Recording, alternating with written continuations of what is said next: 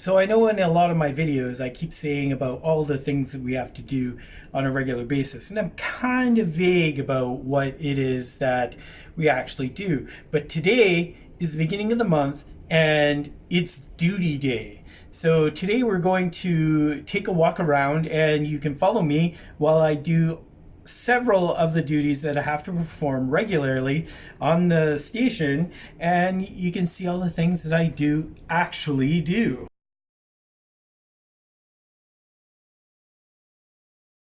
Hi, my name is Spence, and I'm a modern day lighthouse keeper.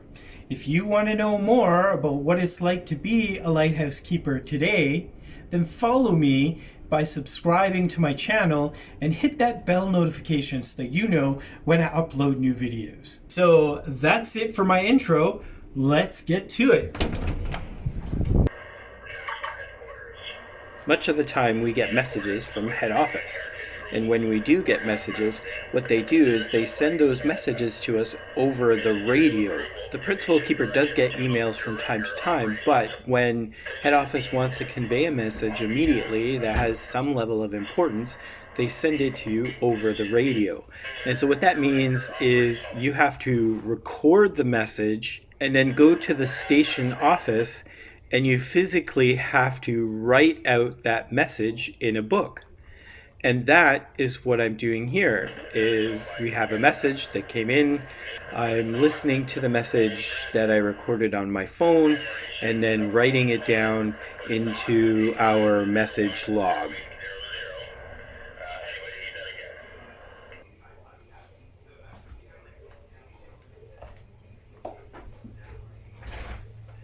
So drinking water is pretty important, and behind this we have our water cistern, and once a month we have to go in and check what our cistern is at so that if we are low on water we can report it to the office and they can send us water if we need it.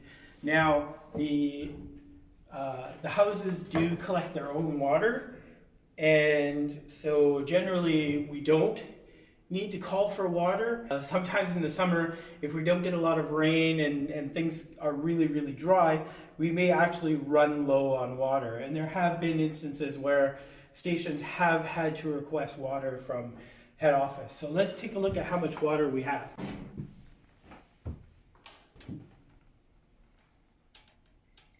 Wow, so according to the stick, we have 57 inches of water in the cistern. So I know this sounds a little bit crazy, but to be sure that the water is actually drinkable and we don't have a lot of algae and all kinds of other nonsense and gross stuff growing in the 27,000 liters of water, we actually add bleach to the water every month. So we have 250 milliliters of bleach that we will add. And there you have it. Now the water is going to be ready for us to drink.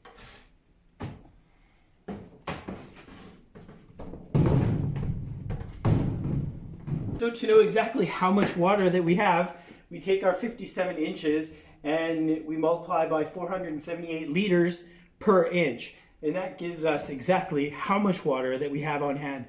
We should be pretty close to full, which is 27,000 liters that are inside. I think we're good for water.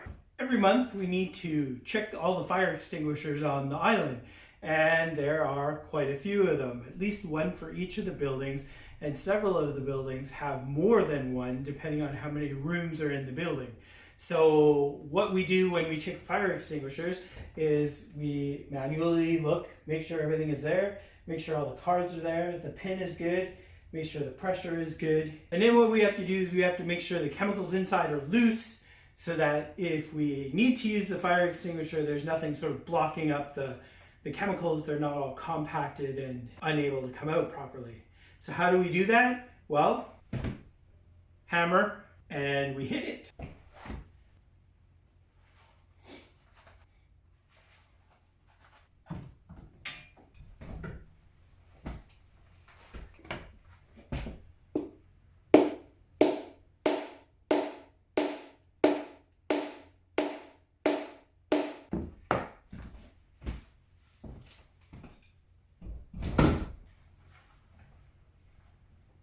Once we feel that the chemicals are all loosened up, then we mark down all of our results on the card and on our clipboard. Once we have everything marked down on our sheet, we then move on to the next fire extinguisher.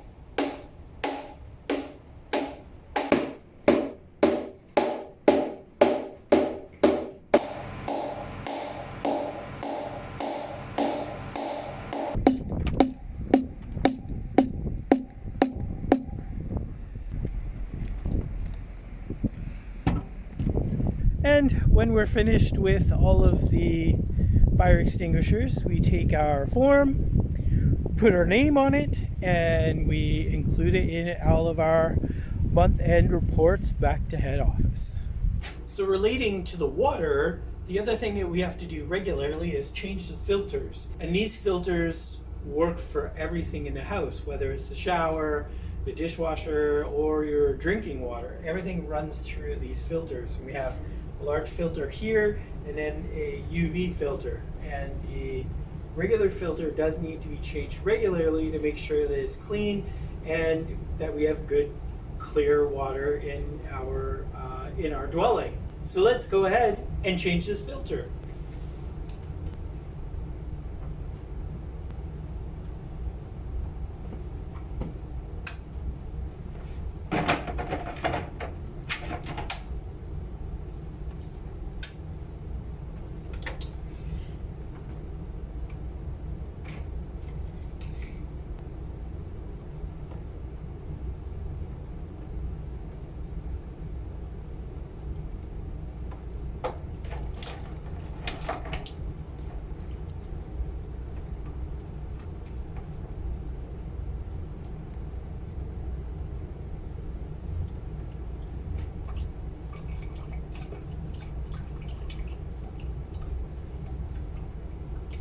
And you can see how different in color it is compared to a new one. So the water definitely needs to be filtered before we use it.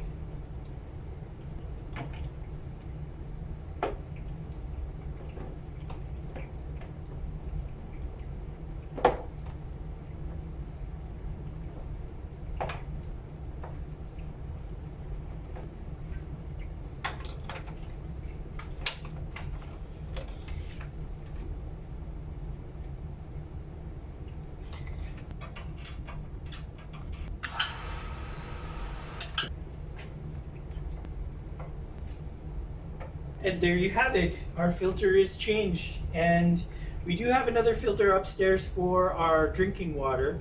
But what we'll do is we'll check this one and make sure that everything is working by trying one of the taps downstairs. But everything looks like it should be good. So why don't we give it a test? Right, so if our water is working the way it should be working, then we should have water.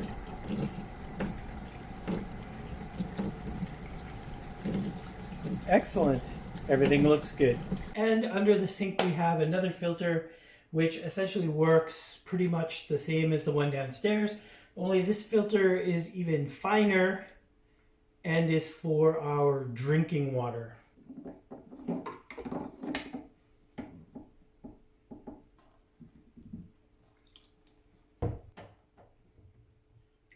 And again, you can see even at the finer level that the filters do get a little bit dirty.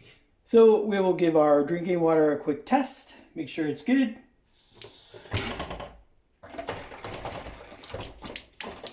A little bit of air.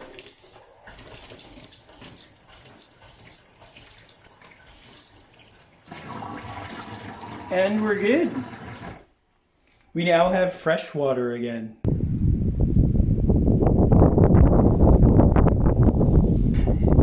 So the diesel tanks are pretty important because they're what fuel the generators, and of course the generators are what give us power. We also use diesel to heat the houses, so we need to make sure that the big diesel tanks have enough diesel in them to last us any given length of time.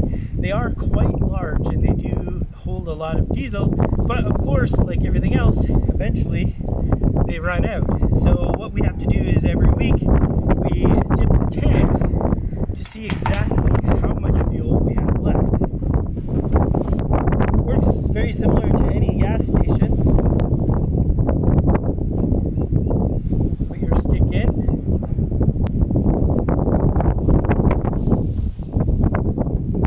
See where the marking is. We got 52.5 centimeters.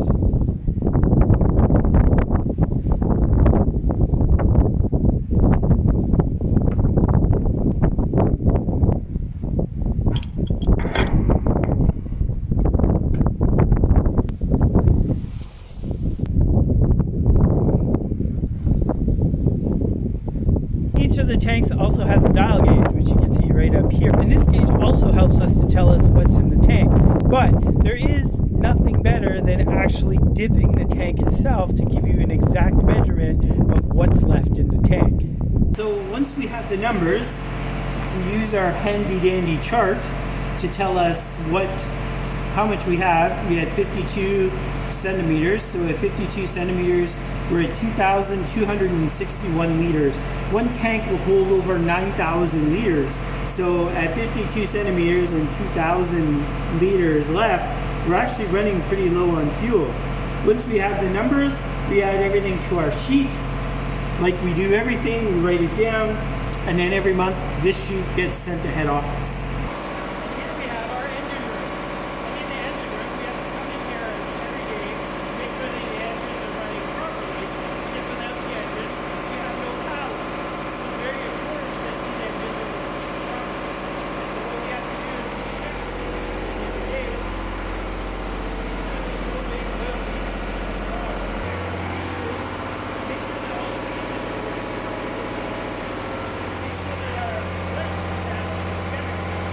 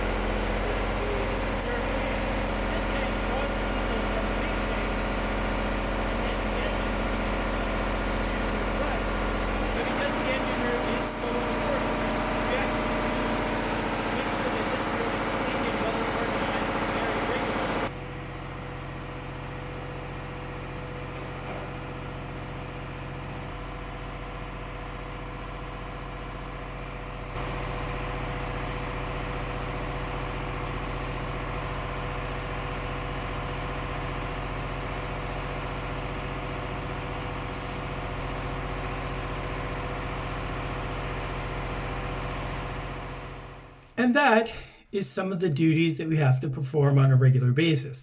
Now, not all of these duties have to be done daily. I mean, it wouldn't make sense to change your water filter every day. And you don't dip the tanks every day.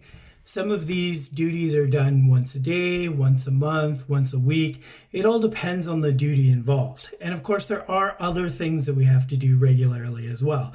This is just a small sample of what we have to do regularly. If you do want to know more about what it's like to be a lighthouse keeper regularly, follow me on my channel by subscribing and hit that bell notification so that you get notified when I upload new videos.